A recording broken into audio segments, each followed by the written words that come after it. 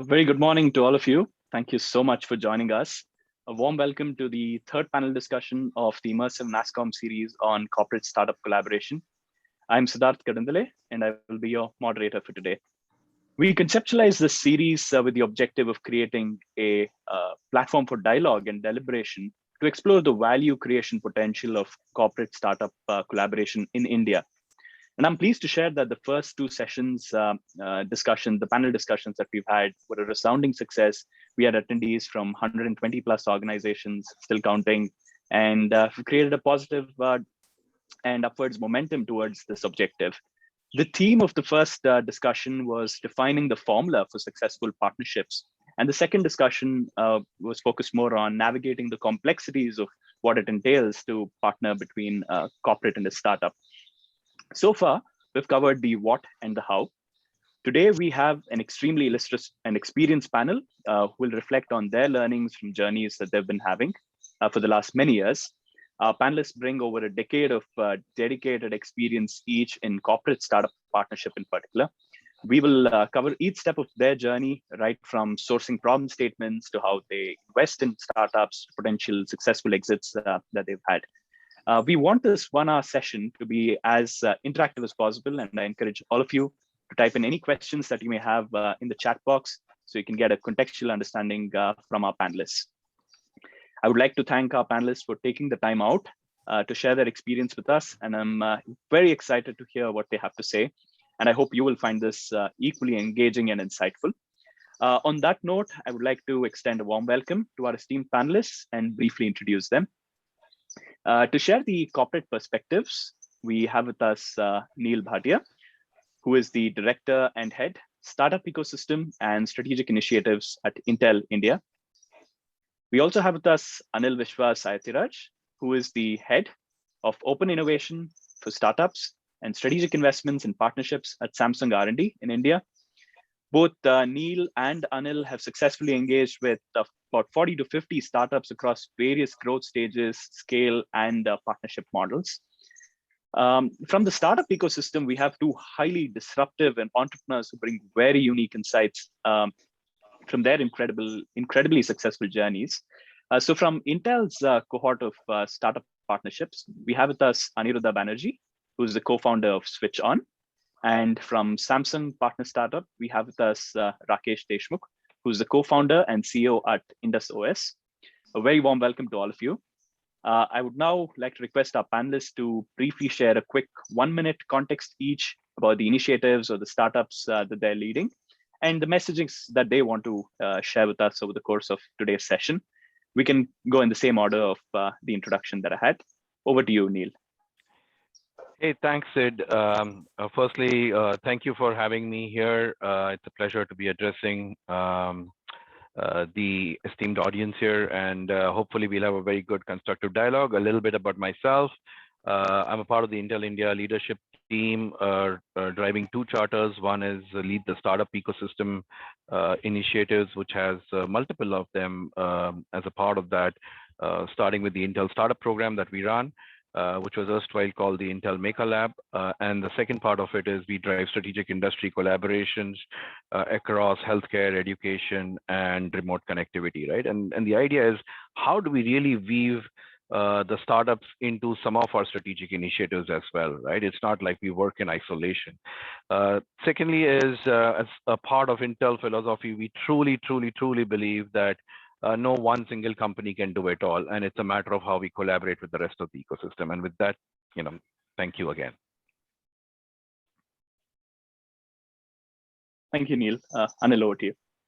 Hey, thanks, Siddharth. Good morning and a warm welcome to you all. Glad to be part of this panel discussion, right? And I look forward to share my views and experiences working with the startup ecosystem. I'm Anil Vishwas, and I lead the Open Innovation Charter at Samsung R&D in Bangalore. A bit about the startup collaboration program at Samsung. So the core focus here is on strategic investments and partnership.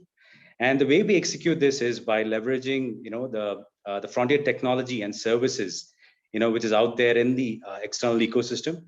Then we try to combine them with internal innovations, which is happening within the organization, and then try to build products which would create differentiated user experiences, for Samsung end users. So the key point here is to collaborate and build differentiated experiences, right?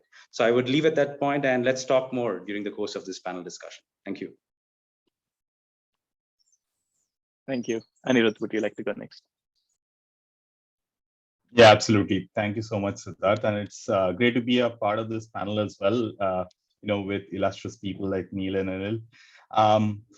From my side, I'm Anirudh. I'm one of the founders at Switch On, and I bring in one of the startup perspectives to this panel discussion. At Switch On, we are basically, trying to automate quality inspection for precision manufacturing industries and working with deep neural networks and technologies that try to automate a very interesting quality inspection problem and help global manufacturers reach zero defects in their plants. We have been very lucky to have Intel as one of our partners, and most of our software is deployed on the Intel hardware. And I'm here to talk about how such kind of collaboration can help accelerate the journeys of other startups, just as it has for us. Thank you so much, and I look forward to the conversation. Thank you so much, Anirudh. Rakesh. Good morning, everyone. This is a wonderful opportunity because there are very rare time when we talk about the larger organization collaboration with startups. So I'm sure everyone in this panel and the attendees will have a lot of good learning session, and so with me. And about me, I'm Rakesh Deshmukh, co-founder and CEO of IndusOS. We have built the largest app store from India. And I will talk about how our journey was and how we are progressing during our session. Thank you. Thank you so much, everyone. Clearly, we have a very diverse panel with deep experience. I'm sure there's a lot of interesting insights and constructive dialogue that we'll have. Warm welcome to all of you again. So let's kickstart the discussion. My first question is to both Neil and Anil to seek the corporate perspective. With the rise in the number of Indian startup unicorns and the maturity they bring to the table, there is increasing interest from corporates to get into these kind of partnership collaborations. Both Intel and Samsung have been in this for a long time, long before the interest has come up to where it is today. And you've been actively invested in the Indian startup ecosystem. If you were to go back to the early days, how did this decision to set up a partner ecosystem in India come about? What is the role of the global leadership, the India leadership, in terms of defining what the charter would look like? And more importantly, the follow-up question is, how has it evolved since? What has changed and what is to come? We could probably start with Neil and then have Anil share your thoughts. Hey, thanks. I think that's a very pertinent question, Sid. So, let's look at it in multiple of dimensions, right? From a corporate perspective, the corporate is just not about, hey, is this particular startup of interest to us? It's just not about that, right? It's about how we drive the overall ecosystem, right? How we mature the market and how we increase tech adoption, right? As leaders in the space, we have to think about how the adoption curve would increase, right? And we can't get myopic about the short term. Now, there are two parts to the startup engagement. One is about nurturing the startups and the other is about investing in startups, right? And we've been active in both these spaces for very, very long time, right? Now, in fact, I'll put an anecdote here. Is one of the first internet websites that India ever saw, right? And you folks can guess it out, was actually invested by Intel Capital. And this was almost, I think, about 2 decades back, right? So that's how we kind of looked at it in the long term and saying, look, internet has to be driven to get adopted, what kind of use cases that we can build out. And that had nothing to do with our core business, right? We are not into the business of setting up websites or incubating websites, but we did it because we wanted to drive the adoption. The second part of this whole thing is about nurturing startups, right? And that's where today, obviously, everybody knows from all the data that India has the third largest startup ecosystem, a very vibrant one, though a lot of it is still focused around the SaaS and the e-commerce kind of activities, but we are seeing a very, very good traction around deep tech and core tech coming out right now, right? Over the last 3 years, we've seen that space evolving out. And we saw this trend early up, I think about 7 years back when we started the whole Maker Lab, Intel Maker Lab, which was the first earlier name of the Intel startup program, right? And decided that that's what we want to look at. How did we define the charter? Really, I think that depends on every individual organization's own goals, right, and their needs. For us, if you look at our core business, we are 2 steps away from the end customer, right? We are an ingredient provider into the last consumed product. So our charter was to really see how do we get more and more of the partners into this space who could have the Intel ingredient technology going within it, right, and drive more use cases coming out, right? So that was one charter, and the second was obviously with such a vibrant tech environment and the pool of talent that is here, can we look for interesting disruptive companies who are doing some disruptive IP work or have a disruptive technology at hand that could be of interest for Intel's own products, right? That we look for, right? So I think it had dual charters there, and that's what drove us into this whole space of nurturing the ecosystem. Very interesting, Neil. So you mentioned Intel startup program in India that is today has actually taken many forms, right? The Intel Maker Lab, you had Intel Capital investing here. So we'll probably try and come back and see how those different forms have taken shape. But Anil, over to you. Sure. Hey, thanks, Neil. So just to give a perspective of how the Samsung startup program has worked, right? So globally, we have been doing this for the last 2 decades. In India market, right? So we started this in 2011, as part of the CTO office under the leadership of Dr. Alok Nadde.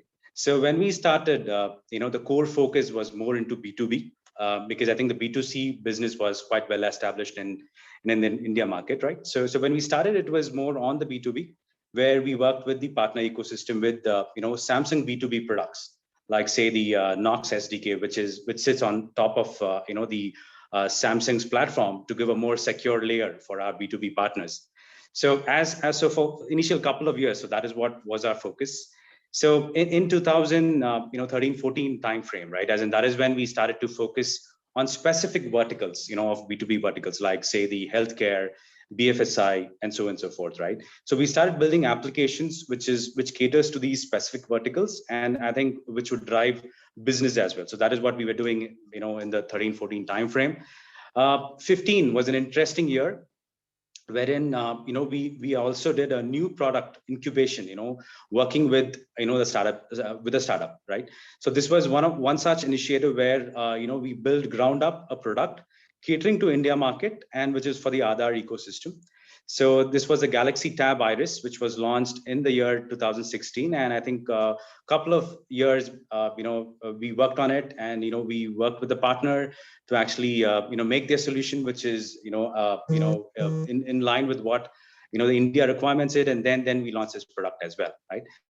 So moving on, right? In 2015-16 timeframe, right? So all of these charters that I'm talking about that when it actually began, but it's also continuing as well. So in 2016, right? The focus that we had was to actually evangelize and to popularize our Tizen ecosystem, right? For both mobile as well as for the IoT. So the focus there was to work with the developer ecosystem as well as the startup community, right? To actually increase adoption of this platform. And we did a lot of these webinars. We did a series of developer programs where, this platform could be adopted. And we did see a fair bit of success in that as well, right? So moving on, we spoke about B2B, we spoke about how Tizen as a platform was promoted within the partner ecosystem. So in 2018, so these are milestones that I'm quoting. So in 2018 is when we added another flavor to this whole journey of strategic investments.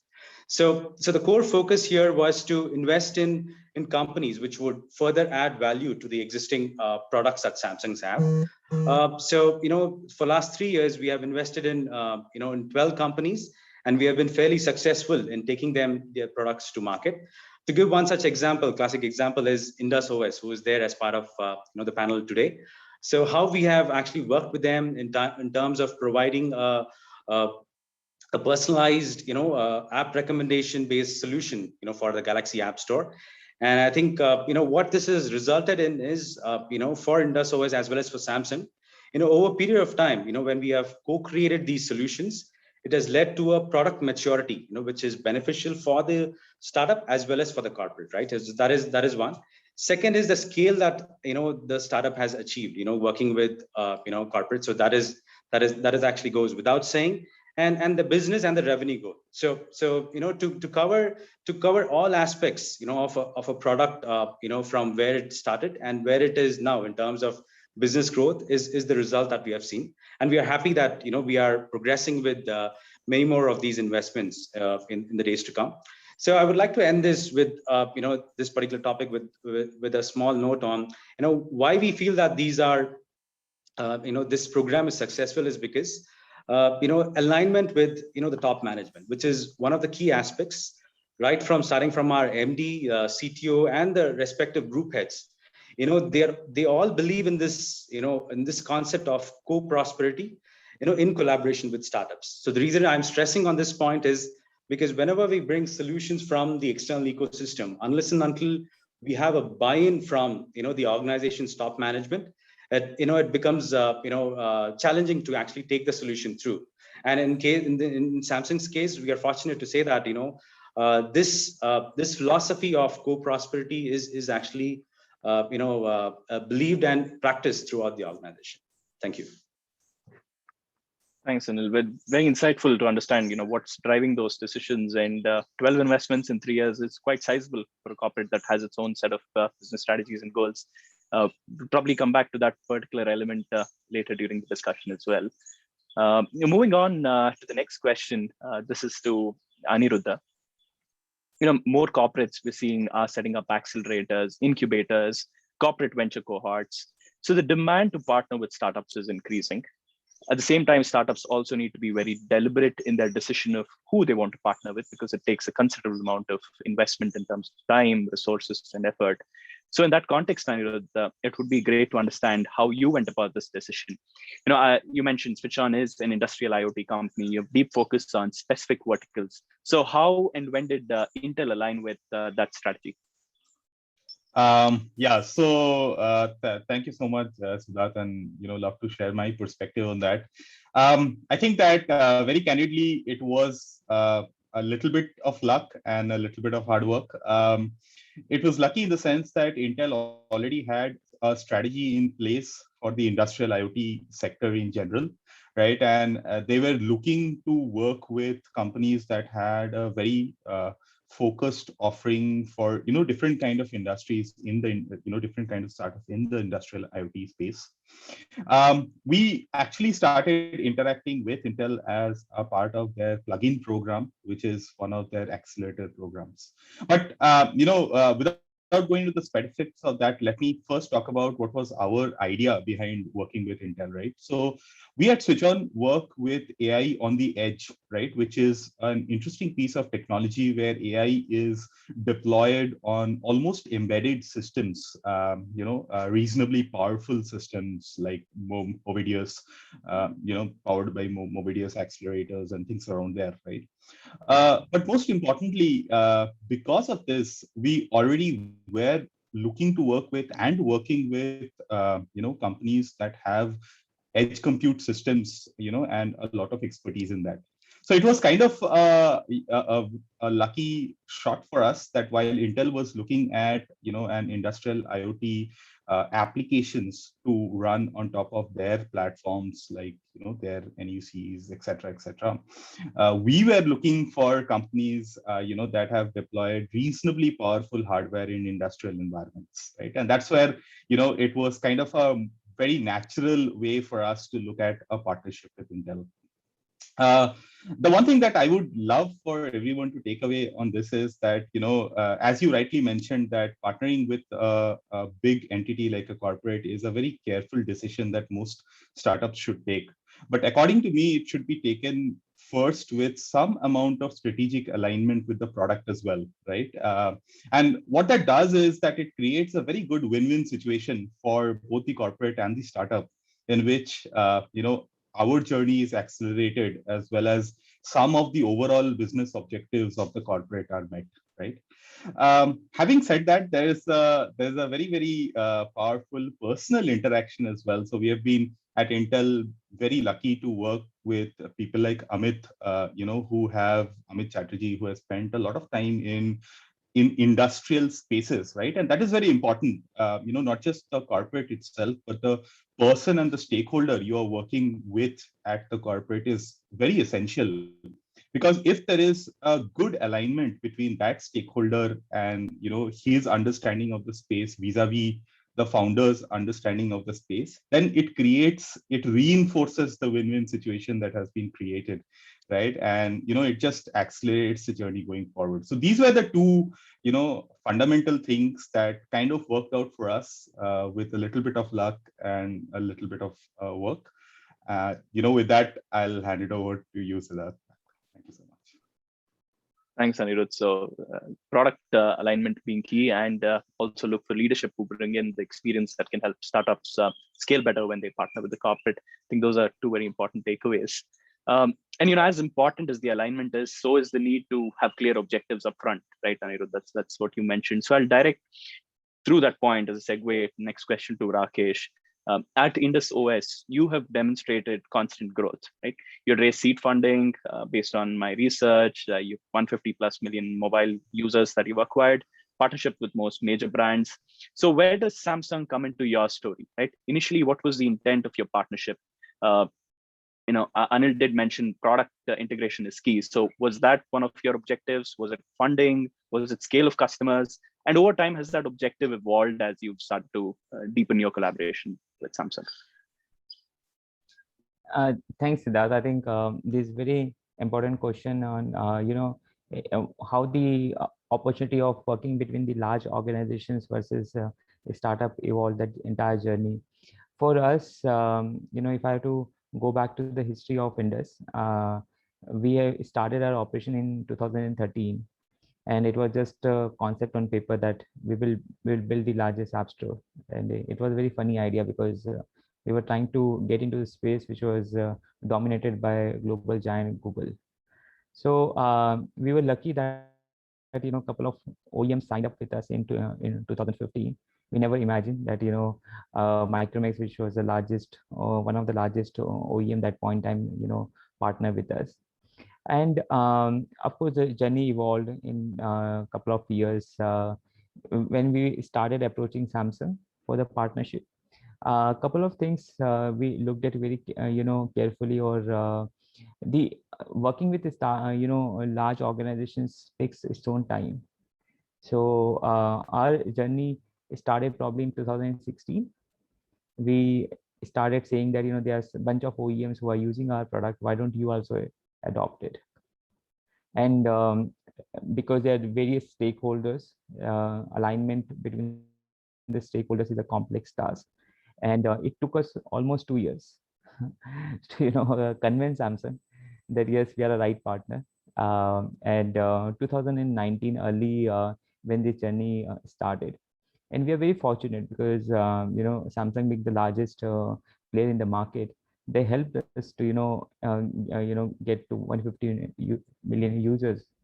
And along with it, of course, our product has also matured with the leadership which Samsung has. They have given us the right inputs of how what all is required, because working with a small set of OEMs is very different than when you work with the larger mobile brands. The expectations are very different from a compliance point of view, from a user experience point of view. So of course, over a period of time, we learned a lot. And overall, from a journey perspective, the way, if I had to put it very simply, one is a business partnership. So once a business partnership has a positive outcome, and then the Samsung venture invested in our company. So I think this strategic collaboration is very important when you look at any large corporates to work with.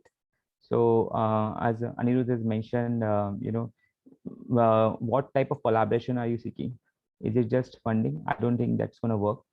But if you have some strategic alignment in mind, whether it is with respect to the product, whether it's respect to the advisory, whether it's respect to the any kind of integrations, But once you have that clarity, then you know the next path is to get every stakeholder on the table and get to some closure with them from a business and the investment both. And if both happens, that's fantastic, because then the relationship is long, and then it's not a fragile in nature.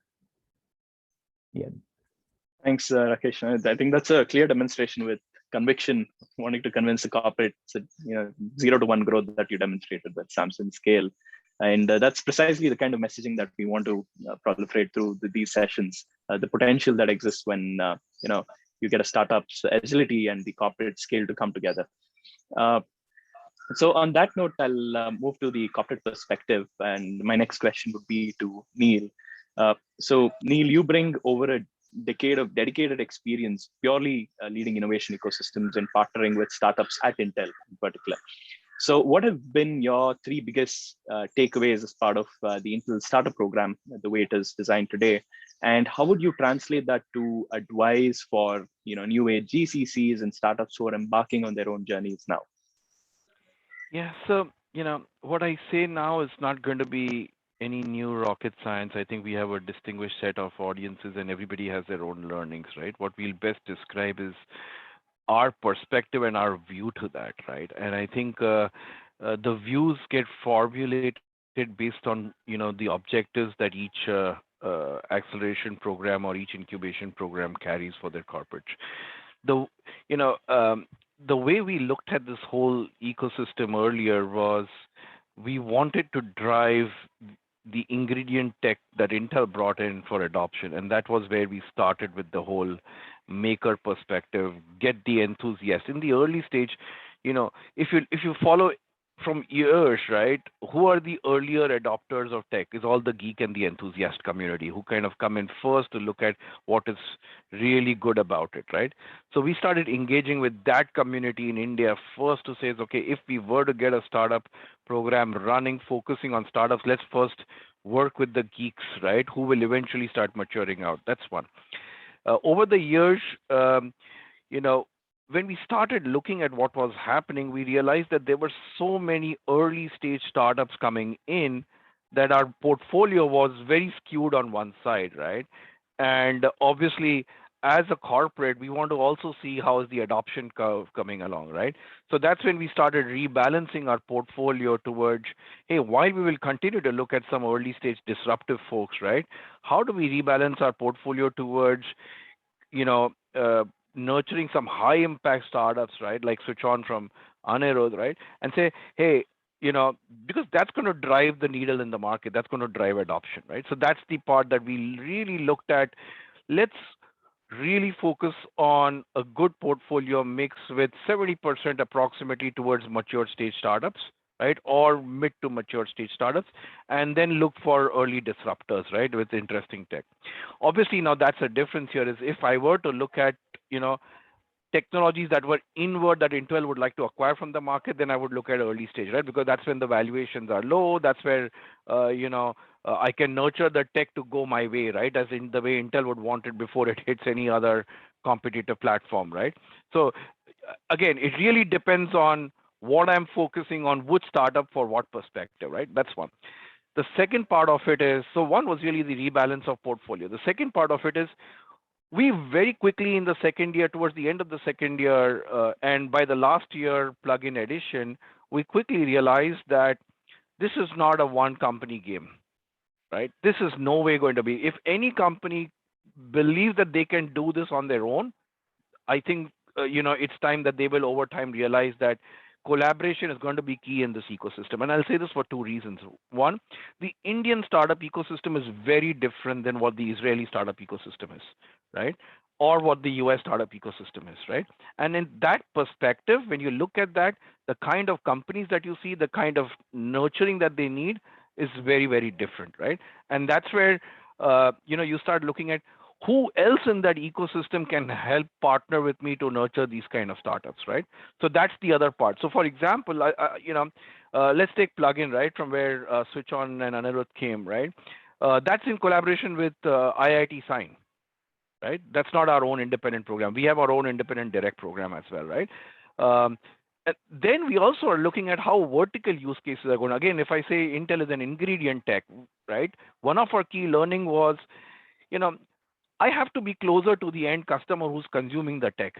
So should I go tie up with a healthcare, organization to drive healthcare startups, right? Versus try and do them on my own, right? So that was another consideration, right? The third consideration of collaboration, and I think this is for all us corporate leaders to think through, right? If you start plotting the curve of a whole bunch of at least 50% of, maybe 50% is a large number, right? But a significant chunk of the startups in the Indian ecosystem, they've been jumping from one accelerator to the next accelerator to the third accelerator to the fourth accelerator to the fifth accelerator, right? And you'll probably find them carrying badges of all the big names, right? Eventually, by the time they end their journey with these accelerators, they've lost their own vision that they started with, right? And they fall under the chasm. And then at the end of that, forced accelerator that they go through, no VC wants to touch them with the barge pole. Now, we as corporate leaders, at least in Intel, we think that's a big disservice we do to the community and to the startup ecosystem as well, right? We really need to come together to say, if we want to really get the Indian startup ecosystem to scale, should some of us start collaborating on some key good startups and start creating marquees out of them globally, right? And that's the other part that we have started our backdoor discussions with several corporates to see, hey, what can we do, right? And soon you will see some news coming out on that front as well. So that's the other part of it. Collaboration to us is really the key mantra in this space as one of the learnings, right? Whether it is on a vertical use case, whether it is collaboration with the government or the academia, right, or the educational institutions, I think that's very, very important. Last but not the least, I think we've consciously also, and we are in middle of that journey, we're trying to move away from a cohort-based model to an all-year-based model. And the simple reason, again, is the Indian startups ecosystem is, again, very different at different stages of maturity, right? One program doesn't fit for all startups, right? They need different treatments, right? And hence, what we're really looking at it is, let's really have a all-year-round program that nurtures startups in the way that means most to them, right? If I would have brought up a cohort, I would have had a fixed curriculum, a fixed program, right? Focusing on only, a certain stage of startups, right? Now, if I really want to look at a mature stage startup, I think I would be foolish to think that I would pull in a real mature stage startup into a cohort-based program, right? I don't think that's going to work, right? So again, we are in that evolution journey. The evolution will always continue, right? Each accelerator program or each program that every corporate runs will have to think through as to what their goals are, right? We kind of validate what we do with also what the ecosystem has done globally, right? And that's how we pick up our trends and what we need to do ahead, right? So it's a mix of what we learn from here, what's happening globally, and then kind of bring in, because we truly believe that we want to mature the Indian startup ecosystem as well. I mean, it's poised for really super growth. Last point I think is, is India has one of the largest AI talent pools in the country, right? And that's going to get transformed into the startup ecosystem. Now, are we going to treat each one of them with the same barometer? I think, again, is a question that we need to ask as corporate leaders, right? What do we do with them? So really, I think with that, I would end this in a way that look at each startup differently, evolve the journey in terms of what we really need to look for our corporate as goals, right? And collaborate. Mm-hmm. Thank you so much, Neil. And it's good to see that you're trying to bring in a broader ecosystem. It's not just corporate startups, but trying to expand that, engage different corporates and try to get that platform where you're creating more sustained relationships with startups. So my next question is to Anil. And when we met previously, you mentioned Samsung in India has pivoted more towards making investments rather than just partnerships. So you're demonstrating skin in the game. How did that conscious decision come about to switch to the investment model? And I'd also like to understand more about your investment theses and what constitutes success in the context of your investments. Is it the product integration, scale up, successful exits, IP creation, along those lines? Over to you, Anil. Sure. So Siddharth, so just to reiterate on that point, right? As in, so to take a step back, be it investments or partnership, right? As in, we need to understand what's the strategy behind when would a corporate go in for an investment or a partnership model, right? As in, so at an organization level, right, at Samsung, we focus on something called as make versus buy, right, which kind of fuels both in-house and the open innovation, because that's the crux where we decide what to buy and what to make internally.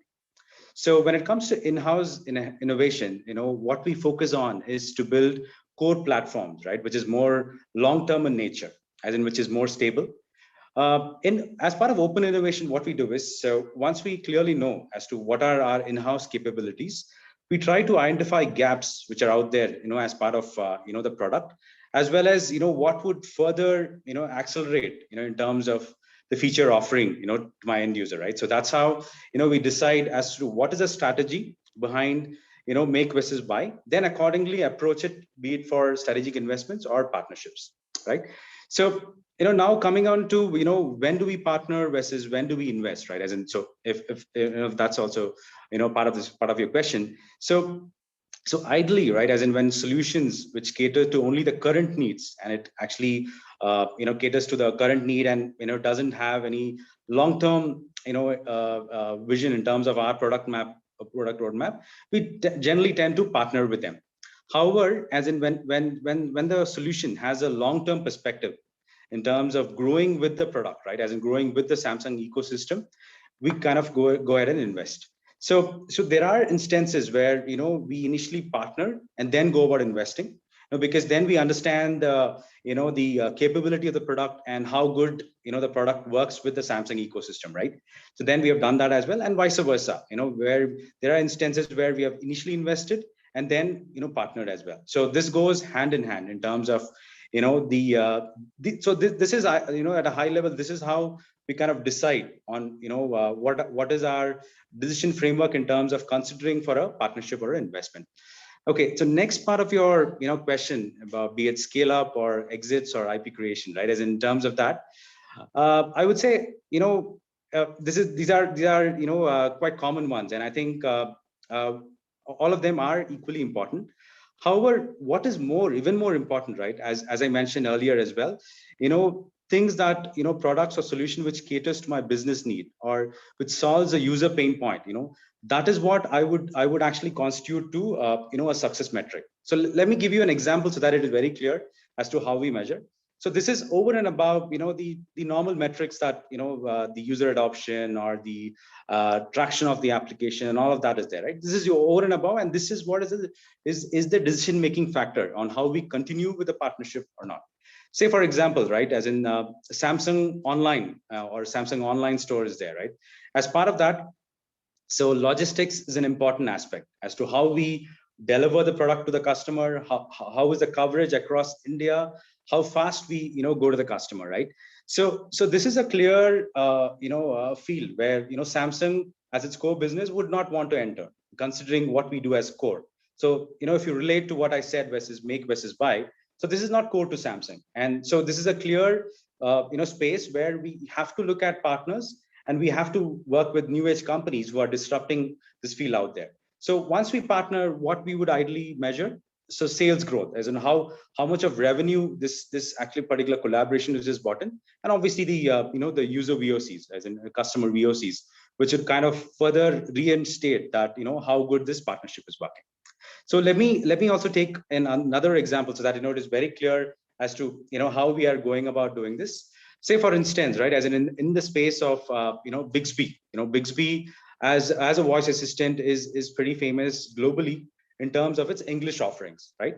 As in when it comes to India, what really matters is, as we all know, as in 70% of our population is comfortable speaking in their own regional language, right? As in, so what we decided is, yes, there is a gap where we can bring in a partner who could actually provide this ASR capability for Indian regional languages, right? So that is when we bring in a partner. So I've given you an example of both, the business aspect as well as a core tech component where we would look for for a partner and investment opportunity as well. At the same time, what are some of the success metrics that we look at? Thank you. Thank you so much, Anil, and also thanks for reiterating that bit on the decision framework that goes into your partnership strategy. I'd like to point my next question to Anirudh. Early stage startup founders constitute a good part of our audience as part of the series. So, to represent a question that they may all have in mind, how did you go about defining a unique value proposition to Intel? Right, it was clear that Intel, as you mentioned, was looking at building capabilities in the IoT space. It was also a bit of luck and the capabilities that you brought in. But what differentiated you? And did you also have to tailor your business model and pivot, maybe in terms of your product strategy or your go-to-market strategy towards the success of the partnership? Absolutely. Thank you so much, and very interesting question. I'll start with our core differentiator, right? So our core differentiator actually was very deep verticalization in a few verticals, right? So, we work specifically with precision manufacturing, right? And in that with automotive FMCG kind of manufacturing. What made us unique is that we were not just building a horizontal platform to solve, to deploy AI in manufacturing, but we were very specifically automating quality inspection for precision manufacturing industry, which while it is a very deep niche, right? But it is, a niche all the same. And our core value prop was that while the accuracy of competitive offerings were in the range of 90-95% so on, we were able to hit very high 99.98, 99.96% accuracies, right? So we were about 100 times more accurate than our nearest competitor by virtue of having worked so deeply in these verticals and to make a very mature offering for them. So that is one thing that I believe made us, unique in terms of and really, really stand out. As we went deeper, into our partnership with Intel, now coming to the second part of how it kind of shaped our GTM, right, and whether we had to pivot or not, right? So, there are two aspects to this. One is that, when we started interacting with Intel, we were actually as Neil had mentioned, we came in through the plugin program, which is for early stage startups, right? Startups that have either early signs of product market fit or, they are still iterating to reach that point. However, through our interactions, we actually from there were able to reach a significant amount of scale in Europe and India. And where the pivot essentially happened is how we structured that international go-to-market strategy, right? So while earlier, what we were looking for is purely doing the entire offering from our end, right? What Intel provided us is a great platform that slingshotted us into, having a almost ready hardware ready to be deployed across the globe, right? So that is one very important aspect where our thought process around going to international markets really changed through our interactions with Intel. Another aspect that we really got to know was that Intel has an excellent vantage point throughout the globe, right? I mean, they are seeing different markets, as Neil pointed out, right? That the Israeli startup ecosystem is so different from the Indian startup ecosystem. I'm not sure how many people in the panel or even in the attendees do have this vantage point to look at these kind of startup ecosystems and arrive at a conclusion like this. And not just here, we have through our multiple interactions been able to avoid hundreds of mistakes that we would otherwise have made as we became a global company, built in India for the world kind of a company, right? And that perspective made a lot of small changes to even our product roadmap, and even our strategic roadmap. I would, from there on, whether you hinge on the Intel hardware or some other hardware, I think the good part about Intel is that they don't typically look at this kind of a short-term way to forward the cause of either the startup or their company, and that is something that we really appreciate. But this view essentially had such long-term implications for our company, and I'm very happy to say that it has helped us achieve a lot more scale and given us a lot more credibility, especially in the global markets, as much as it has done for the local ones. Thanks, Anirudh. We had one question from Mr. Raja Simha. Then it was about how the value chain of startups are influenced or shaped in some cases by the corporate. And I think in a lot of ways, your response to my previous question addresses that. Yep. Raja, if you have any follow-up to that, please do let us know. Another question, that I'd like to bring in here is from Mr. Rajesh Pandit. And this is exactly the point you brought up as well, Anirudh. Not a lot of organizations have the vantage point that Intel has. And as Neil mentioned, the Indian ecosystem is quite different from the way the US or the Israeli startup ecosystem works. So if you had to give a very quick, 30-second response to how do you think these ecosystems are different? What makes the Indian startup ecosystem different from the rest? And that would be to you, Neil. Yep. So if you look at 2-3 things, right? If you take the US has a very mature startup ecosystem. And when I mean the startup ecosystem, it's not just about the startup, right? I think it's also about the rest of the supporting ecosystem there, whether it's the VCs, the VCs are a lot more open there to take bets on very early stage startups, right?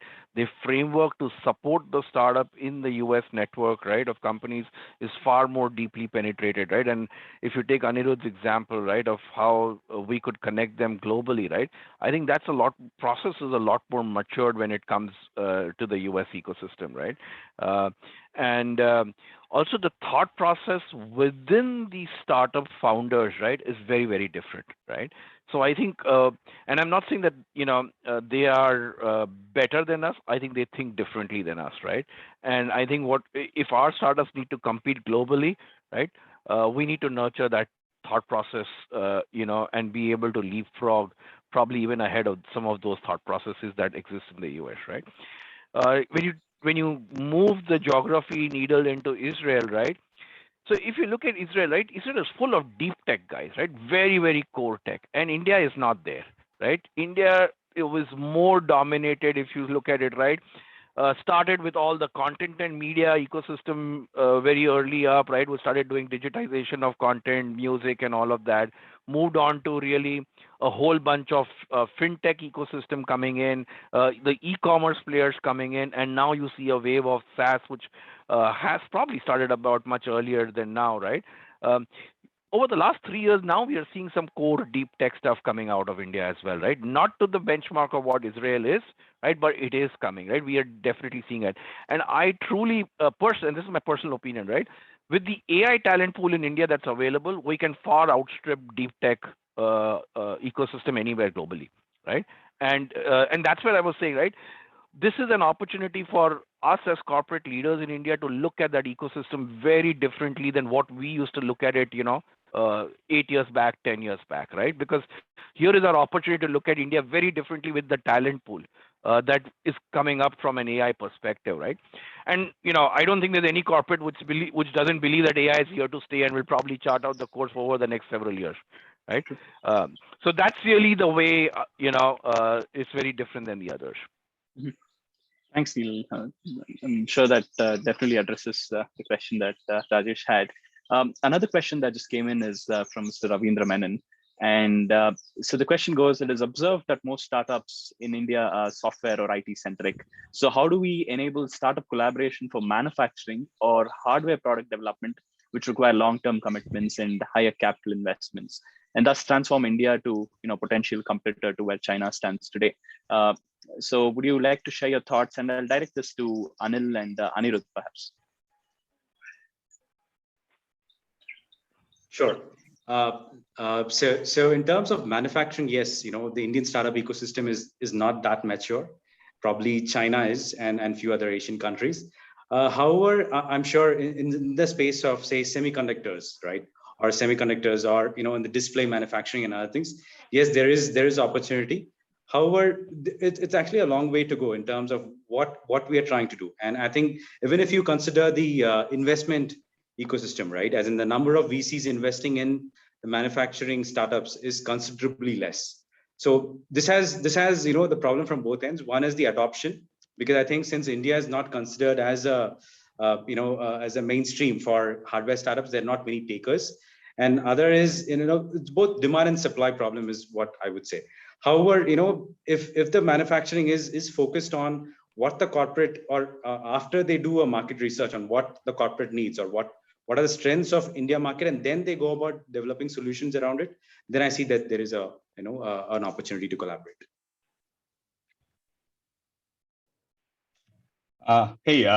Thanks, Anil, for that. I'll just add on to that a little bit from the startup side as well, and a little bit from just taking a step back. So essentially, building any kind of deep tech requires really patient risk capital. The point really is that how many deep tech companies do you know that have been able to provide exits within 10 years? It's very, very less, because deep tech is that because it takes decades to develop, right? And then when it comes out to the market, that's when it kind of blasts off and kind of becomes a rocket ship. To get that kind of deep patient capital requires an ecosystem that is very mature, as Neil is saying, right?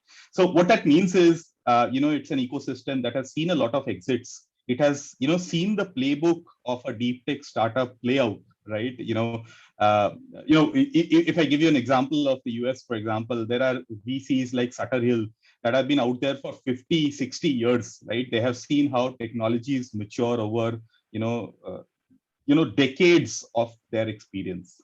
And, I think India is slowly building out there, even though starting with consumer companies, I am really, really, it's really encouraging for me to see the exits happening for both the founders, the VCs, the early employees. And I'm sure that this will actually provide the fuel for more patient risk capital and will essentially take the ecosystem for deep tech forward.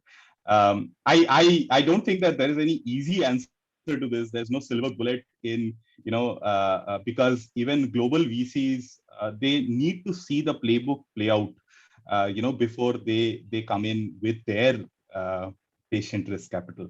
But it's very encouraging to see at least some of that, the wheels turning. And I'm sure that within the next few years, we'll see a few of the unicorns definitely come out from the deep tech space. Absolutely. Very true. Thank you so much. Yeah. Sid, sorry, can I add to that manufacturing question? I think that was a very interesting one, right? Sure. So, one of the things is I don't think we need to paint manufacturing with a broad brush, right? I think what we really need to look at is, as an industry, look at, okay, what are the 2-3 segments that we want to focus on, right? Even if it's electronics, right? Even if it is silicon, we can't just paint it with that full big brushing, it's electronics, right? I mean, I think Anil spoke about screens, right? Or it could be referenced as boards that come out, right? I think we need to really look at and pick those up, right, to which the whole industry rallies around it, right? And that's where I kind of say that we need to come together as an industry to nurture that one segment that we want to. If that one segment turns the clock, slowly the others will start moving it, right? And that's the missing link today, right? I'll give you a very classic example. This is my personal experience. There was one state government that I was collaborating with closely.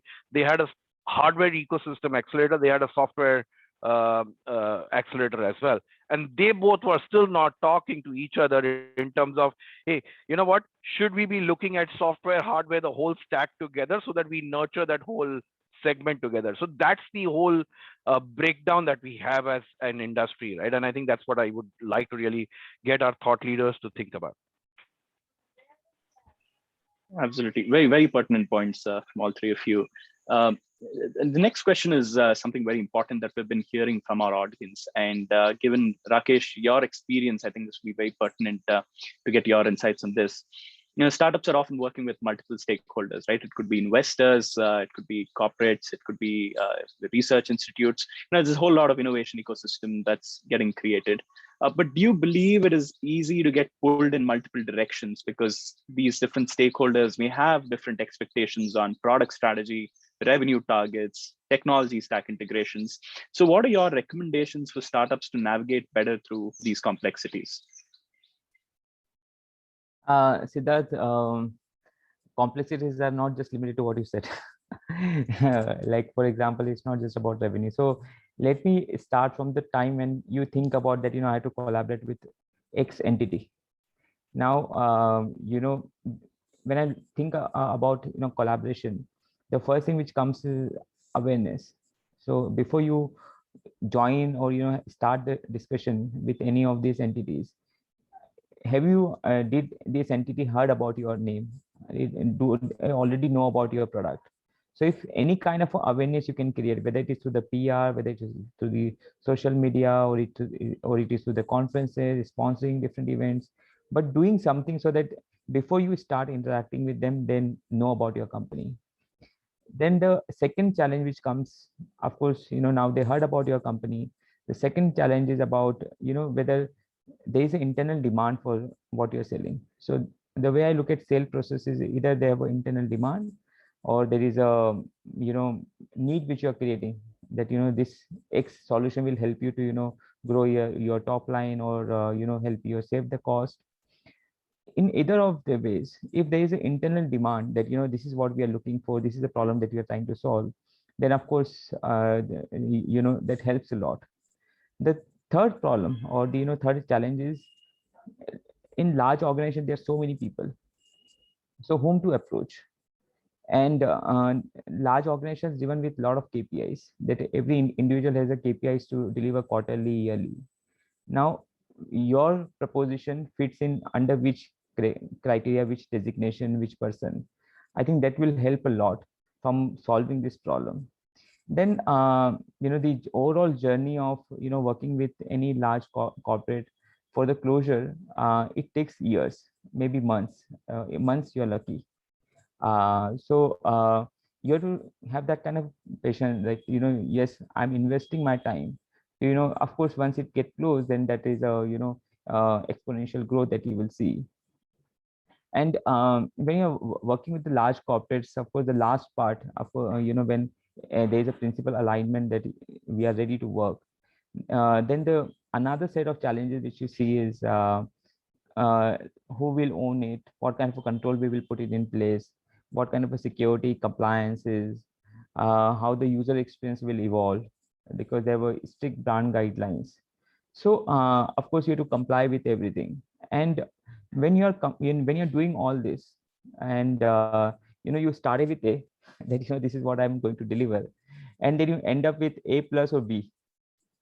So if you're reaching to A plus, that's great. But if you're going to B, then there is a problem, because as you said, where you want to put a full stop, that this is what I will do, this is what I will not do. And are you ready to sacrifice all that kind of efforts which you have put in? So that's a core question which comes when you look at the multiple stakeholders. So not just with respect to the one relationship, which is your potential relationship with the large corporate, but you're interacting with multiple investors. So for example, in our case, we raised a fund from 5+ investors, raised total more than $20 million. When you are interacting with different stakeholders, one is you should be extremely clear that where do you want to put a full stop, that this is what I will not do, and this is what my core is. And I think that's a very tough question to answer, because there's always something lucrative which will come in front of you. And do you want to do that? But if you are extremely clear in your mind that no, this is what my focus is. So in our app store journey, when we, like as I earlier talked about, that we are the largest indigenous app store in this app bazaar, we face so many challenges, like can we do the integration with this type, that type? The multiple OEMs approached us, but we were extremely clear that this is the kind of a user experience we want to deliver, this is how the product will own, this is how our IP will work. And of course you lose a lot of such opportunities, but that helps you to get to the point that the journey will be slow, but if you're extremely clear in your mind and you align all your stakeholders, somewhere some people will be disappointed, whether it's your investors, whether it's sometimes it's your strategic partner, but I think it's good for the long-term growth. So just to summarize, focus on the core, don't divert to or go for the short-term lucrative opportunities. And when you're working, just be patient about it's not a few months journey. When you're working with the large companies, the journey is long. That's all. Thank you, Rakesh, and thanks for summarizing that as well. Very actionable insights that you've given. A lot of the narrative today was also focused towards how can we get towards better governance, right? We all spoke about clear alignment of goals, having objectives that are lined up early on. So we'll probably try and reach out to you even after this meeting and see how we can incorporate that as part of the playbook that we plan to publish after to all the audience who've been participating in these sessions. We're top of the hour right now, so we'll take a pause here.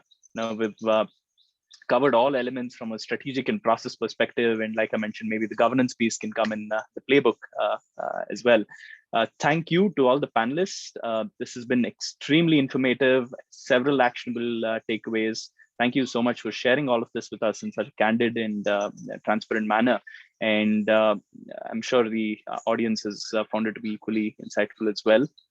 Thank you to our audience for streaming in today. We will continue. We will have the last session panel discussion of the 4-part series next Thursday at the same time, 10:30 to 11:30 India time. This will be on the 12th of August, and look forward to seeing you all there. Thank you again to all our panelists, and thank you, NASSCOM, for facilitating this. Have a wonderful day, all of you. Thank you, Siddharth. Thank you, everyone. Thank you, everybody. Thank you.